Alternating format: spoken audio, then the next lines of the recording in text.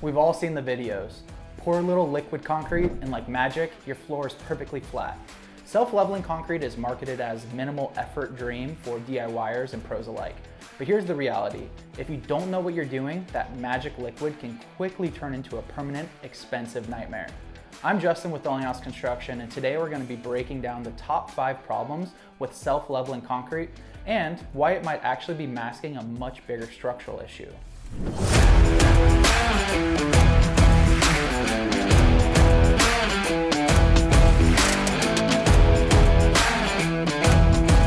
Self-leveling concrete is a highly fluid material designed to smooth out minor imperfections in subfloors before you install tile, hardwood, or carpet.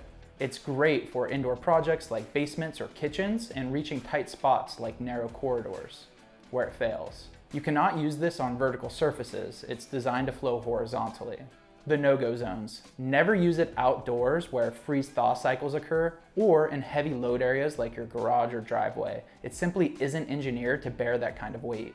If you're thinking about a weekend project, listen to these 5 common pitfalls first. 1, it's harder than it looks. You need specific gear like gauge rakes and cleats, plus you only have about 10 to 20 minutes to pour it before it sets.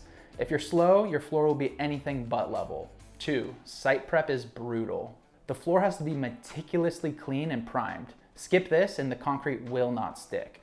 3, cracking and crumbling. If you mix it wrong or it dries too fast, it will crumble under your feet. 4, limited thickness.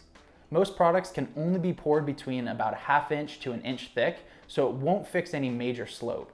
5, it's a band-aid. This is the big one. Self-leveling concrete only hides the surface. If your foundation is moving, that new floor is going to crack right along with it. So, if self-leveling concrete isn't the answer for a sinking floor, what is?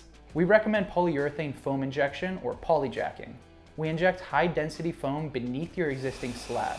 It expands, lifting the concrete back to its original level from the bottom up.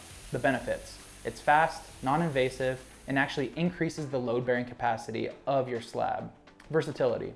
Unlike the liquid stuff, polyjacking works both indoors and outdoors. At the end of the day, you have to address the underlying issue, whether you need a better drainage system to stop flooding or foundation underpinning to stop settlement. Masking the problem with a thin layer of concrete is only a temporary fix.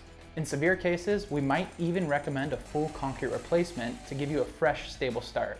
Don't guess with your foundation. Don't forget to like this video, subscribe, and hit the bell so you don't miss our next home improvement guide.